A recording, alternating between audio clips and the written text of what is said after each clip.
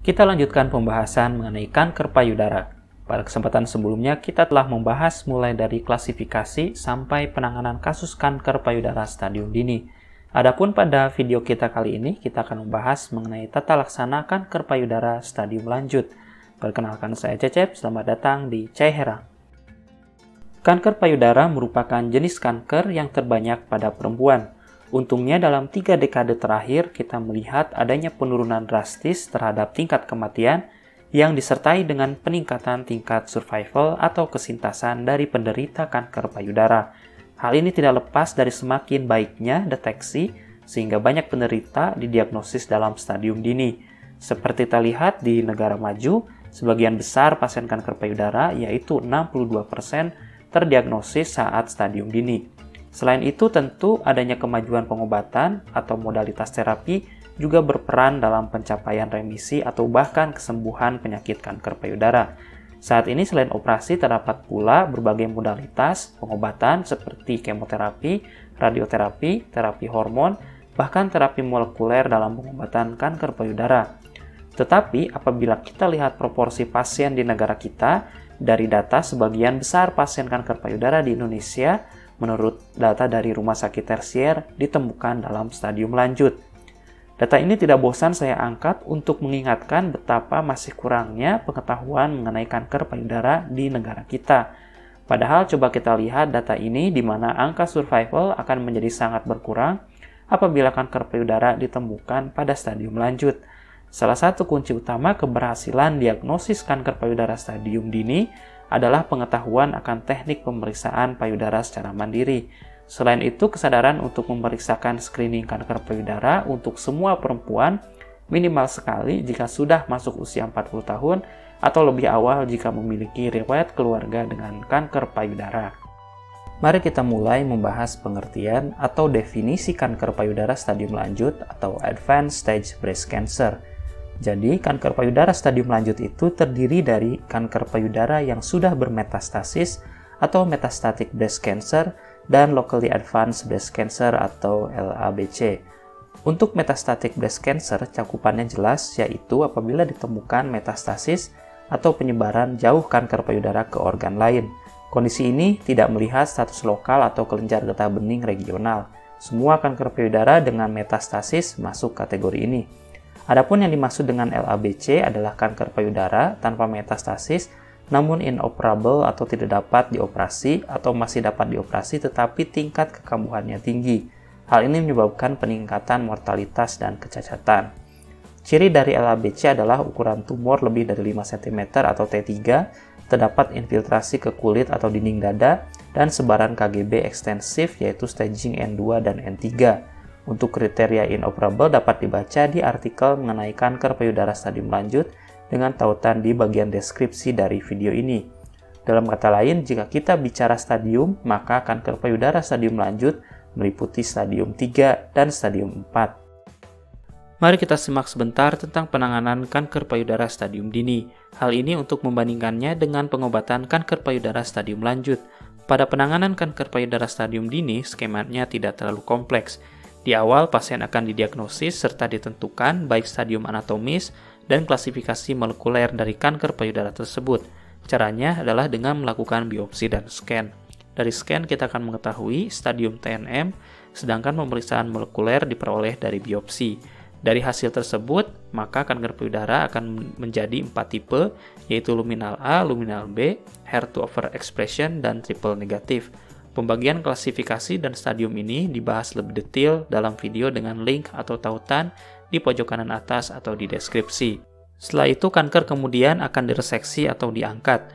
Pilihannya bisa mastektomi, yaitu pengangkatan seluruh tumor dan jaringan payudara, dan pilihan lain adalah lumpektomi atau hanya mengangkat tumor tanpa mengangkat seluruh jaringan payudara yang diikuti dengan radioterapi.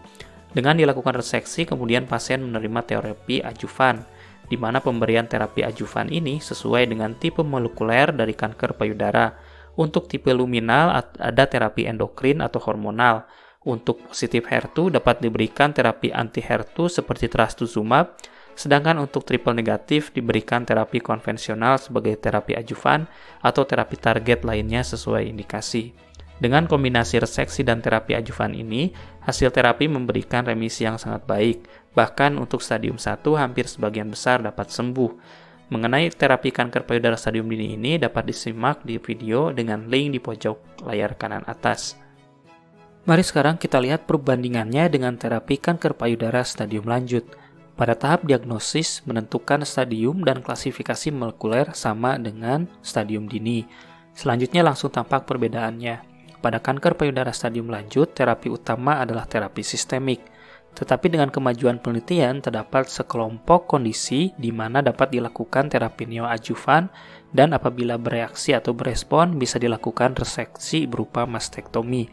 Selain itu dapat pula dilakukan terapi kontrol lokoregional terhadap tumor, misalnya pada kondisi metastasis tulang belakang dapat diberikan radiasi ataupun pemberian bifosfonat. Apapun settingnya, dikarenakan sifat penyakit yang lanjut, terapi sistemik ini ditujukan terutama untuk menahan progresi dari penyakit. Apabila dibandingkan dengan terapi pada stadium dini, maka terapi pada stadium lanjut jelas lebih kompleks dan terindividualisasi, sehingga akan dapat perbedaan skema terapi yang cukup jauh dari satu pasien ke pasien yang lain. Ini adalah skema terapi LABC di mana di evaluasi awal tidak dapat direseksi atau inoperable. Namun sekarang dari penelitian, pada kondisi ini masih bisa diupayakan di terapi terlebih dahulu dengan kemoterapi neoadjuvan atau radiasi. Maksudnya adalah mengecilkan kanker sehingga bisa berespon dan setelah itu dilakukan mastektomi. Setelah mastektomi sama dengan pada terapi kanker payudara stadium dini, dilanjutkan ke terapi adjuvan sesuai indikasi dan tipe molekuler dari kanker. Apabila tidak berespon dengan terapi neoadjuvan, maka tidak dilakukan reseksi dan langsung diberikan terapi sistemik paliatif sesuai kondisi klinis dan tipe molekuler jaringan tumor. Ini adalah skema terapi terhadap kondisi LABC khusus, yaitu kanker payudara dengan inflamasi atau peradangan. Sama dengan prinsip terapi pada LABC sebelumnya, diupayakan terlebih dahulu diberikan kemoterapi atau radioterapi neoadjuvan. Bila berespon, maka dilakukan mastektomi dan kemudian diberikan terapi adjuvan, dan bila tidak berespon, diberikan terapi sistemik paliatif. Bagaimana terapi sistemik pada kanker payudara stadium lanjut ini? Pada dasarnya mirip seperti terapi adjuvan. Modalitas terapi ini yaitu terdapat kemoterapi, terapi endokrin atau hormonal, terapi anti-HER2 misalnya trastuzumab, pertuzumab, atau lapatinib, dan terapi lainnya. Maksud terapi lainnya bisa berupa terapi target lain misalnya dengan inhibitor mTOR, bevacizumab, atau yang merupakan anti-VEGF, atau terapi eksperimental seperti imunoterapi. Pada kanker payudara stadium lanjut, pemberian terapi sebaiknya dilakukan secara sekuensial. Artinya terapi kombinasi tidak terlalu disarankan karena dari penelitian tidak memanjangkan survival, namun memberikan efek samping yang lebih besar.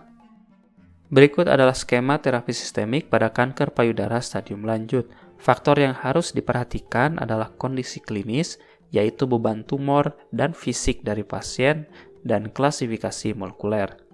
Di sisi kiri kotak warna ungu adalah bila kondisi klinis pasien relatif baik, dan tumor dengan tipe luminal A atau B. Dalam keadaan ini, jika status HER2 negatif, terapi sistemik yang diberikan berupa terapi hormonal, yaitu pemberian aromatase inhibitor, dan disertai dengan supresi ovarium pada pasien yang belum menopause. Pada kelompok pasien ini juga dapat diberikan terapi target sesuai indikasi, seperti inhibitor mTOR everolimus dan anti-CDK palbociclib. Untuk kanker tipe luminal B dengan HER2 positif, juga dapat diberikan kombinasi terapi hormon dengan anti-HER2 seperti trastuzumab atau lapatinib. Adapun pada pasien dengan tipe kanker payudara tanpa reseptor estrogen dan progesteron atau klinis dengan beban kanker yang tinggi, maka terapi sistemik pilihan adalah kemoterapi. Apabila HER2 positif, diberikan juga terapi anti-HER2.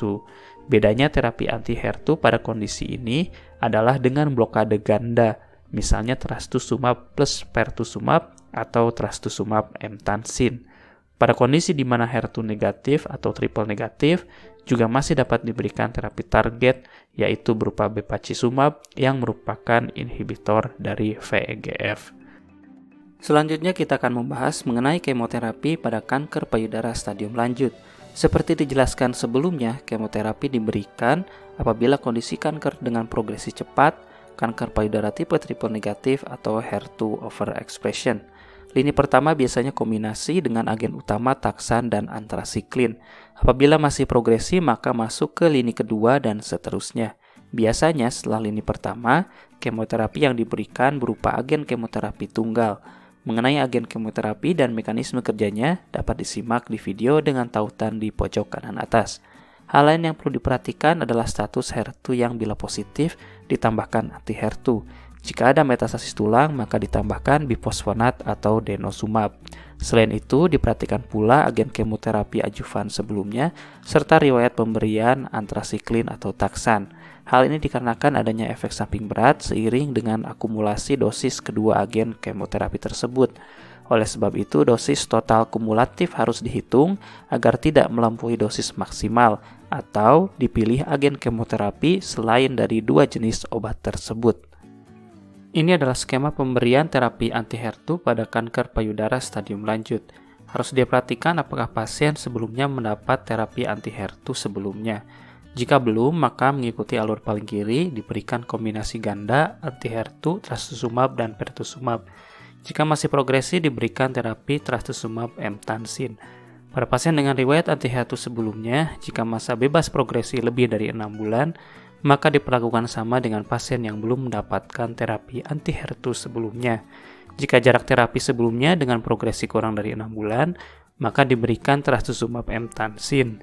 Adapun pada pasien dengan riwayat anti-HER2 dengan reseptor hormon positif, usia lansia atau risiko rendah, dapat diberikan kombinasi terapi hormon dengan anti-HER2. Perlu diingatkan bahwa yang disampaikan di sini adalah gambaran umum dan tidak dimaksudkan sebagai pengganti panduan klinis, baik dari guideline Perkumpulan Ahli Onkologi Nasional maupun internasional. Perlu diperhatikan pula akan fasilitas pengobatan serta keberadaan obat yang ada di rumah sakit. Setiap pasien harus diberikan pengobatan sesuai dengan kondisi dan kebutuhan yang tersedia. Bagaimana dengan terapi alternatif atau komplementer? Sebetulnya terapi ini tidak direkomendasikan dalam tahap apapun pada terapi kanker payudara. Namun dalam konteks terapi integratif dengan fokus pada peningkatan kualitas hidup pasien, terdapat beberapa terapi komplementer yang dapat bermanfaat. Terapi tersebut terutama terapi yang berfokus pada aktivitas fisik yang dapat memperbaiki massa otot dan well-being, kemudian hipnosis yoga yang berfungsi untuk berfokus mengurangi stres, dan akupunktur yang dapat mengurangi mual atau muntah. Namun tidak dipungkiri terdapat pula terapi alternatif yang berpotensi bahaya seperti pemberian antioksidan dosis tinggi, herbal termasuk TCM, terapi oksigen atau ozon, pemberian fitoestrogen, vitamin dosis tinggi, dan lain sebagainya. Dan sampai juga kita di akhir dari video kita kali ini. Sebagai kesimpulan disampaikan bahwa banyak kemajuan yang dicapai pada terapi kanker payudara. Namun survival pada stadium lanjut masih rendah. Selain itu, skema terapi pada kanker payudara stadium lanjut bersifat kompleks, terindividualisasi, serta biaya yang juga tinggi. Pada akhirnya hingga saat ini dan akan terus ke masa depan, deteksi dini masih dan akan menjadi poin yang sangat penting dalam penanganan kasus kanker payudara. Jika Anda senang dengan video ini, jangan lupa dukungannya pada channel ini dengan subscribe, memberi tanda like, share, dan Anda juga dapat bertanya dan memberi tanggapan di kolom komentar di bawah dari video ini. Akhirnya saya Cecep undur diri dan sampai jumpa kembali di video dan kesempatan yang akan datang.